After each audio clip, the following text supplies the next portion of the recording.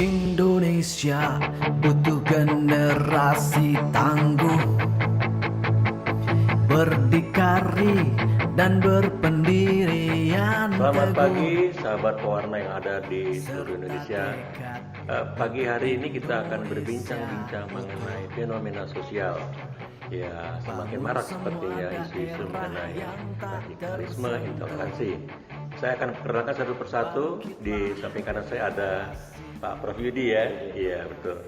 Di sebelah kiri saya perkenalkan Bapak Yusuf Mujiono, Ketum Pewarna. Selamat pagi, Pak. Selamat pagi, sahabat Kemudian Pak Onibala, Ya. Neta ya, sebagai sekjen Pewarna. Ada yang paling muda dari kelompok milenial, namanya Sianturi. Baik, saya akan bertanya dulu kepada Bapak Prof Yudi. Kira-kira fenomena apa, Pak? Mengapa itu semakin tinggi? Bahkan di era Jokowi ini, ya masyarakat mengatakan ya belum ada perubahan dari kelompok-kelompok itu ataupun masyarakat ya belum care gitu. Silakan, Pak. Terima kasih sahabat-sahabat pewarna yang saya cintai. Melihat fenomena radikalisme intoleransi itu bisa dijelaskan dengan dua metode. Metode pertama adalah metode serius. Iya, betul. Artinya kita bisa baca literatur, kita bisa baca riset, kita bisa baca penelitian, di mana dari buku, literatur itu, dari riset-riset itu, dari jurnal-jurnal itu memberikan informasi kepada kita bahwa Indonesia itu memang belum selesai menemukan jati dirinya secara bersama. Betul bahwa kita sudah bersumpah berbineka tunggal ika dan itu diletakkan di bawah burung Garuda, tetapi kenyataannya identitas pribadi, identitas suku, identitas ras, identitas keagamaan seringkali jauh lebih menonjol daripada identitas nasional. Mengapa identitas-identitas yang belum bersifat nasional itu mengemuka? Tentu saja karena dua hal. Pertama, pendidikan kita agak abai terhadap kurikulum keindonesiaan. Hampir di semua sekolah-sekolah kita, baik yang formal, informal maupun non formal, diskusi-diskusi dan mata kuliah keindonesiaan itu tidak ada. Padahal untuk menjadi Indonesia, ia harus belajar lewat pendidikan formal, informal dan non formal. Minimal mulai pertanyaan mengapa saya lahir di Indonesia, untuk apa ber-Indonesia, apa cita-cita bangsa Indonesia, apa nilai-nilai keindonesiaan, bagaimana nilai-nilai itu didiskusikan, didiseminasikan, dipraktekkan dan seterusnya. Tapi kita harus akui bahwa di sekolah-sekolah kita, termasuk di tempat saya di pesantren itu tidak hadir. Yang kedua, karena juga di keluarga tidak ditumbuhkan nilai-nilai itu, Pak. Ya. Kita seringkali ditanya, apa agamamu, apa pekerjaanmu, bukan apa negaramu, apa bangsamu. Bagaimana negaramu, bagaimana bangsamu, itu pertanyaan yang tidak tumbuh dan tidak menjadi tradisi dalam keluarga-keluarga kita. Pertanyaannya biasanya malah apa kelaminmu, apa namamu, apa agamamu. Apa agamamu itu luar biasa tinggi. Dan seringkali pertanyaan apa agamamu itu merujuk pada keinginan untuk benar sendiri. Jadi penyakit bawaan orang beragama itu seperti saya adalah merasa mau masuk surga sendirian. Tidak mau mengajak yang lain. Seakan-akan surga itu milik saya, milik keluarga saya, milik teman-teman saya. Bukan milik orang lain, yang sebenarnya orang lain itu juga bercita-cita masuk surga. Nah, disitulah asal muasal intoleransi, asal muasal radikalisme. Tetapi tidak seberapa sebenarnya itu. Karena kalau semua itu dibiarkan, sepanjang negara hadir akan berkurang. Nah, seringkali negara tidak hadir ketika orang memusuhi agama orang lain, kepercayaan orang lain, dan pendirian orang lain. Mestinya kan negara itu harus berada di atas dan untuk semua golongan. Jadi contoh saja misalnya ketika seseorang beribadah, lalu ada orang yang berbeda agama datang melarang, mestinya agama, mestinya negara, mohon maaf. Negara lah yang kemudian memberikan solusi. Nah, negara itu bisa memberikan solusi lewat 3 tahap. Tahap pertama disebut dengan tahap moral. Artinya aparatus negara mestinya punya moral yang tawassut, yang memberi teladan dan tengah.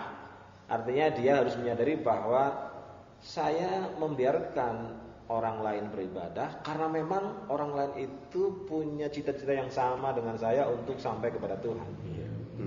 Nah, di bawah moral itu ada ethics.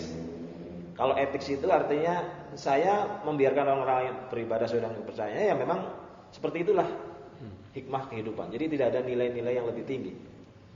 Nah, yang paling rendah sebenarnya adalah undang-undang. Di Indonesia ini sebenarnya undang-undangnya relatif bagus, tapi ketika masuk ke soal ethics, ketika masuk ke soal moral itu agak defisit. Padahal undang-undang sebagai sebuah aturan bersama itu tidak akan living, tidak akan hidup kalau tidak ada ethics, tidak ada moral. Karena itu mestinya nanti atau siapapun yang menjadi pejabat negara itu harus mempraktekkan undang-undang sekaligus etiknya, sekaligus moralnya. Tapi itu juga tidak cukup, Pak. Kenapa tidak cukup? Karena akhir-akhir ini dalam beberapa paper yang saya baca, radikalisme itu ternyata adalah buah dari bisnis. Jadi beberapa riset mengatakan krisis, termasuk krisis keagamaan sehingga melahirkan intoleransi itu ternyata adalah desain besar untuk monetasi, untuk menghasilkan dukungan, untuk menghasilkan uang, untuk menghasilkan hal-hal yang sebenarnya kita tidak bayangkan sebelumnya. Nah, proses infiltrasi bisnis inilah yang sebenarnya memperkeruh, pertama ketidakhadiran kurikulum, kedua ketidakaktifan negara, lalu diperparah yang paling parah adalah munculnya ideologi bisnis dalam intoleransi dan radikalisme. Karena itu, Pak, menurut saya pewarna dan yang lain, wartawan-wartawan yang lain atau ilmuwan-ilmuwan lain itu punya kerja raksasa untuk mengurangi bahkan meniadakan intoleransi ini, karena kita berhadapan dengan 3 hal yang hadir di depan kita itu. Pertama, memang kurikulum tidak terlalu banyak. Yang kedua, negara tidak terlalu serius menangani itu. Lalu ada bisnis besar yang kadang-kadang mengorbankan keinginan untuk toleran, keinginan untuk plural dan seterusnya itu. Itu penjelasan dari saya. Iya, baik, menarik sekali. Silakan Pak Ketum Pewarna menanggapi pendapat Pak Prof. Ya, selamat pagi Prof. Menarik paparan seorang profesor secara akademisi, sangat jelas ya, memaparkan bahwa faktor-faktor munculnya intoleransi sekarang ini. Nah, kemudian kami sebagai wadah jurnalistik memang dari akar persoalan inilah coba kita angkat, kemudian kita publikasi. Tetapi terlepas apapun, yang saya garis bawahi adalah bisnis tadi, Pak ya.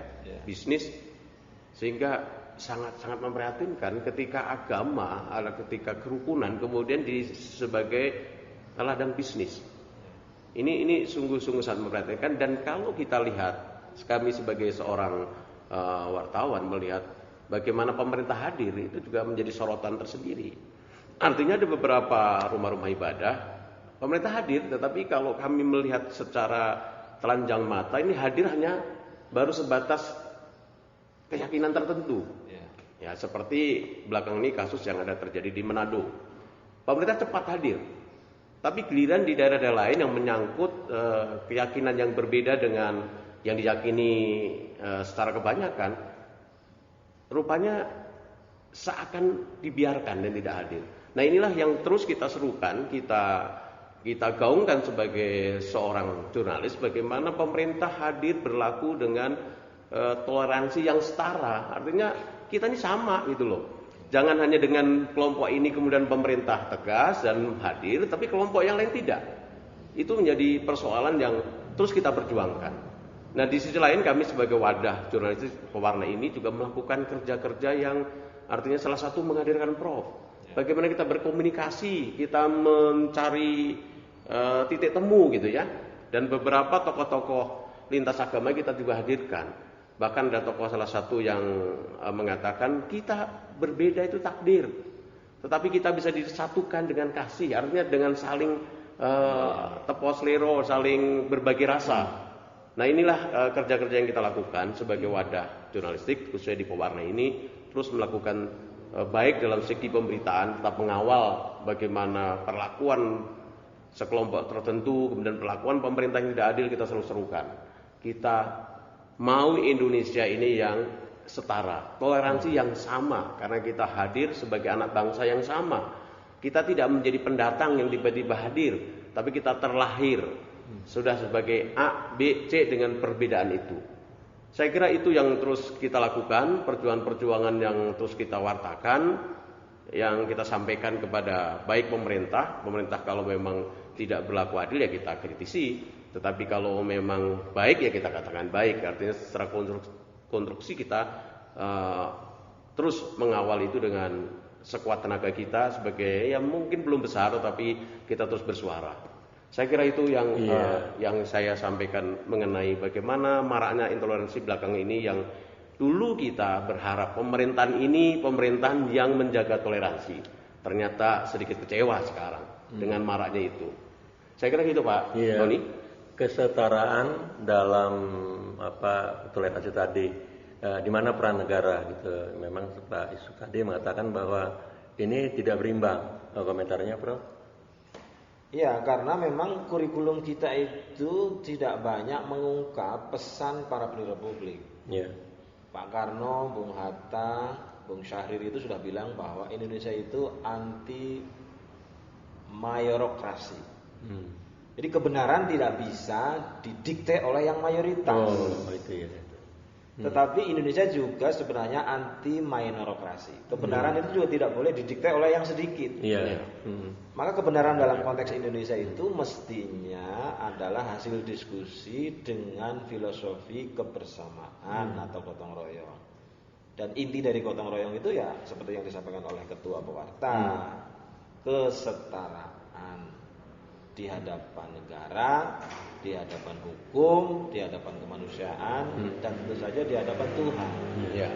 Nah, kurikulum ini mestinya mungkin nanti pewarta perlu menuliskannya, menyampaikannya kepada pihak-pihak terkait, baik pemerintah maupun calon pemerintah. Karena kan pada akhirnya pemerintah itu kan diisi manusia. Suatu saat mereka meninggal harus diganti. Nah, ini kalau penggantinya tidak mengerti pesan dasar para pendiri republik, sami mawon.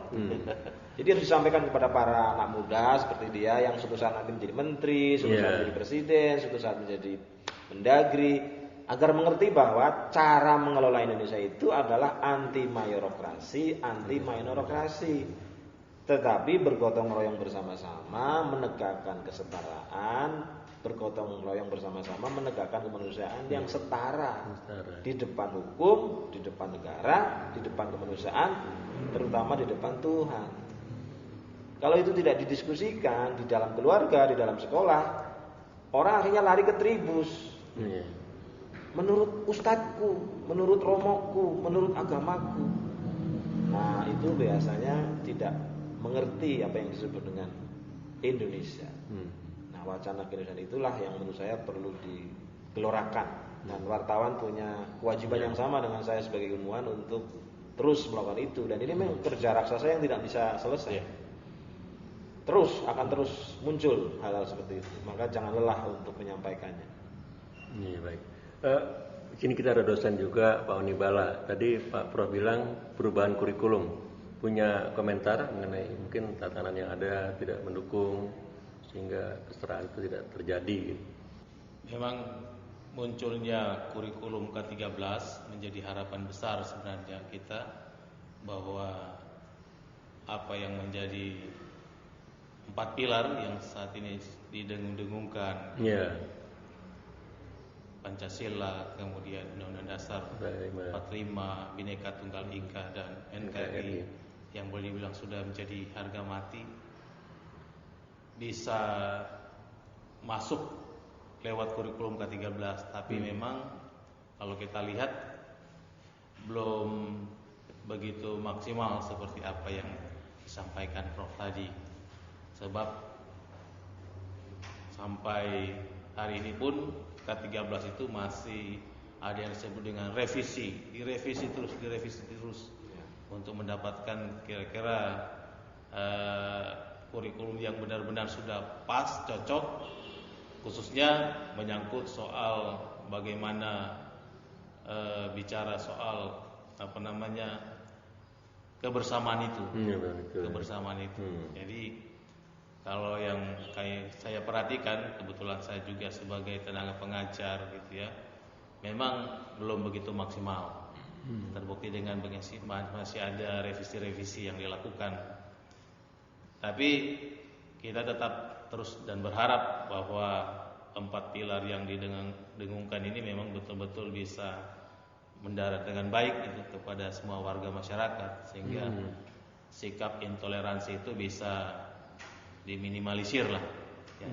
Kalau saat ini kalau kita lihat ada aja gitu ya. Hampir setiap hari mungkin kita bisa melihat, mendengar ada warga masyarakat yang masih bersikap intoleransi. Apakah mereka belum betul-betul mengerti, memahami identitas bangsa kita yang sudah sepakat oleh para pendiri bangsa ini bahwa 4 pilar tadi itu sudah harga mati. Nah, itu yang mungkin perlu disampaikan lagi lebih tajam lewat kurikulum yang ada. Saya kira itu yang bisa saya. Ya, sebelum saya ke Prof, saya menanyakan ada generasi muda. Saya dulu dapat pendidikan moral Pancasila. Kemudian apa yang terjadi di kampus-kampus yang memang banyak ya dianggap orang terpapar paham-paham radikalisme. Coba dari generasi muda. Baik, terima kasih Pak. Saya sebenarnya sangat sepakat sama yang disampaikan oleh Prof, Pak Ketum dan Pak dosen. Jadi di usia Indonesia sudah 74 tahun itu sudah relatif lama gitu Pak. Tidak seharusnya kita bahas-bahas yang namanya ideologi lagi, tapi kita udah pada level persaingan dunia. Harusnya itu yang dihadapkan kepada generasi muda seperti kami ini gitu. Jadi tapi realitanya memang kita harus menghadapi seperti ini. Ini saya juga berharap memang bahwa di setiap pendidikan itu ke-Indonesiaan itu harus lebih ditingkatkan lagi. Nah, dosen-dosen, tenaga pengajar di sekolah, di kampus-kampus itu juga harus diinventarisir karena kenyataannya memang yang terpapar intoleransi itu dosen-dosennya. Dosen-dosen yang terpapar. Nah, bagaimana mungkin misalnya dosen-dosen mengajarkan mahasiswanya, murid-muridnya ke-Indonesiaan sedangkan dosennya tidak ke-Indonesia? Nah, jadi perlu perhatian serius kalau menurut saya dari negara sendiri, dari pemerintah dalam ya menekan dosen-dosen dan tenaga pengajar yang seperti itu, yang memang sudah ada benih-benih intoleransinya, Pak. Nah, Prof, tadi dikatakan bukan cuma mahasiswa, masyarakat, dosen pun terpapar. Apa perlu sertifikasi atau apa ini? Silakan, Prof. Sebelum ke situ, saya ingin memberikan beberapa catatannya. Kita itu juga berhadapan dengan masuknya alumni-alumni sekolah dari luar yang kadang-kadang tidak tune in terhadap keindonesiaan. Baik yang sekolah di Timur Tengah maupun sekolah di Barat. Apalagi kalau mereka tidak pernah sekolah SD, SMP di Indonesia. Dia anaknya elit, sejak kecil lahir di Barat atau di Timur Tengah dengan ideologi masing-masing. Lalu ketika sudah sarjana, sudah master, sudah PhD, balik ke Indonesia, tidak ada alat untuk penyetaraan, tidak ada mata kuliah keindonesiaan, tidak ada apa-apa. Tiba-tiba dia jadi pejabat, baik sebagai dosen, baik sebagai PNS, baik sebagai elit partai. Dan kemudian dia membawa benih-benih itu juga selama ini tidak kita cermati. Dan itu banyak. Saya anggota diaspora itu mencatat hampir 17.000 diaspora kita yang seringkali 1.000 datang dan itu langsung, itu yang repot, langsung menjadi elit di organisasi, di partai politik, di sekolahan, di pesantren, di organisasi yang lain yang kadang-kadang tidak di screening ulang bahwa Anda harus menjadi Indonesia sebelum melakukan yang lain. Nah, mereka lah ini yang kemudian memaparkan, meradiasi teman-temannya sehingga lahir ya semacam kepercayaan bahwa ada hal yang lebih baik dari Indonesia. Ada yang menawarkan sekularisme, ada yang menawarkan khilafah, ada yang menawarkan LGBT, ada yang menawarkan sesuatu yang seakan-akan itu lebih baik dari Indonesia dan dia menafikan ke-Indonesiaan. Nah, Dikbud selama ini menurut saya termasuk juga kementerian yang lain kurang concern untuk melihat hal-hal yang seperti ini. Karena itu pernyataan bahwa paparan radikalisme intoleran ini berkembang di elit, kalau di mahasiswa di dosennya, kalau di lembaga di ketua-ketuanya, itu memang terjadi. Riset-riset di Nusantara Center itu bahkan kalau mau dibaca secara lebih gamblang itu mengerikan. Misalnya begini, kenapa tiba-tiba tumbuh secara luar biasa sekolahan PAUD yang kurikulumnya itu semuanya Arab? Tidak ada mata kuliah keindonesiaan, kefamilian, kegotong royongan, apalagi Pancasila. Tiba-tiba semua mereka itu disuruh menghafal Al-Quran, lalu merasa bahwa dengan hafalan Al-Quran itu menyelesaikan segalanya. Tentu saja menurut keyakinan sebagian orang itu benar. Tapi dalam konteks keindonesiaan mestinya harus dibarengi dengan pengetahuan bahwa ada orang lain punya agama dan kitab yang lain. Nah, itu yang tidak ada. Mestinya harus ada. Anak-anakku kita belajar Al-Quran, tetapi Anda juga harus tahu, kalian harus tahu bahwa ada anak-anak lain yang belajar Bhagavad Gita, ada yang belajar Bible, ada yang belajar Taurat. Mereka sama seperti kalian, mencari kebenaran untuk mencapai nirwana, mencapai surga. Jangan dimusuhin, jangan. Nah, hal-hal seperti ini tidak tumbuh. Di PAUD kita itu Arabismenya luar biasa dan juga tidak dicermati oleh dirjen PAUD, tidak dicermati oleh menteri, tidak dicermati oleh elit kita.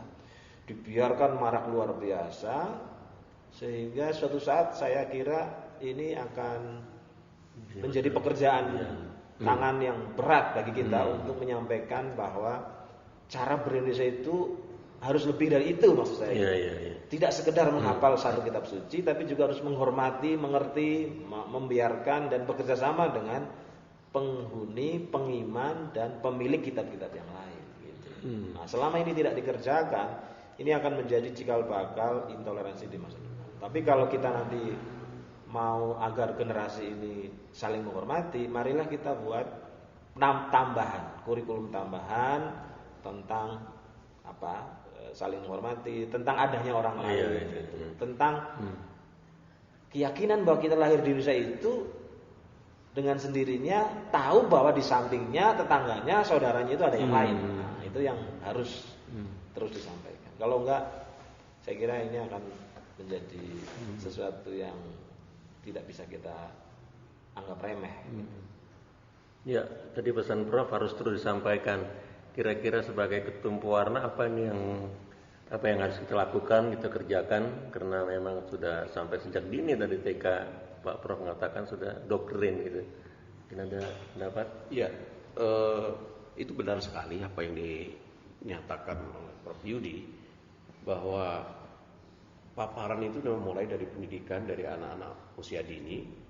Beberapa kita kan pemerhati dan penggiat media pasti tahulah sejauh mana paparan itu terjadi, bagaimana anak-anak TK PAUD sudah dibikin seragam yang benar-benar tidak Indonesia gitu. Nah, kembali memang peran pemerintah sangat penting. Bukan berarti kita tidak bergerak. Di pewarna sendiri sebetulnya berupaya keras bagaimana mengenalkan keindonesiaan. Bahkan kita hadirkan tokoh-tokoh lintas agama, kita memberikan penghargaan dari lintas agama yang concern terhadap toleransi, concern terhadap kebangsaan kita. Nanti disitulah peran yang kita lakukan. Lalu kemudian dalam karya kita masing-masing sebagai seorang wartawan, ya selalu menyerukan itu. Artinya memberitakan hal-hal yang positif, dan mengkritisi hal-hal yang tidak baik. Dan seperti pagi hari ini kita datangkan Prof untuk sahabat-sahabat pewarna, supaya inilah yang terjadi di persoalan ini. Kalau pemerintah tidak hadir, ya tinggal nunggu saja kapan ini negara ini selesai gitu. Karena ini sangat ancaman nyata. Meskipun kemudian kalau kita belajar dari belakang sejarah ada di Indonesia ini, memang saya menyadari dan saya merenungkan berkat rahmat Tuhan. Karena kalau tidak berkat rahmat Tuhan, mustahil kita jadi bangsa yang bersatu gitu. Nah, apakah berkat itu kita pelihara atau tidak? Tergantung yang pemangku jabatan yang pertama, pembangun negeri yang kita bilang pemerintah ini, dan kita semua gitu. Tapi kita semua sudah melakukan dengan berbagai upaya, seperti profesor juga berlaku terus, bagaimana menyuarakan terus agar ini lo Indonesia gitu. Indonesia kaya, Indonesia beragam, Indonesia berbineka, tetapi kalau kita tidak bisa merawatnya, semua kekayaan, semua sumber daya yang kita miliki akan percuma.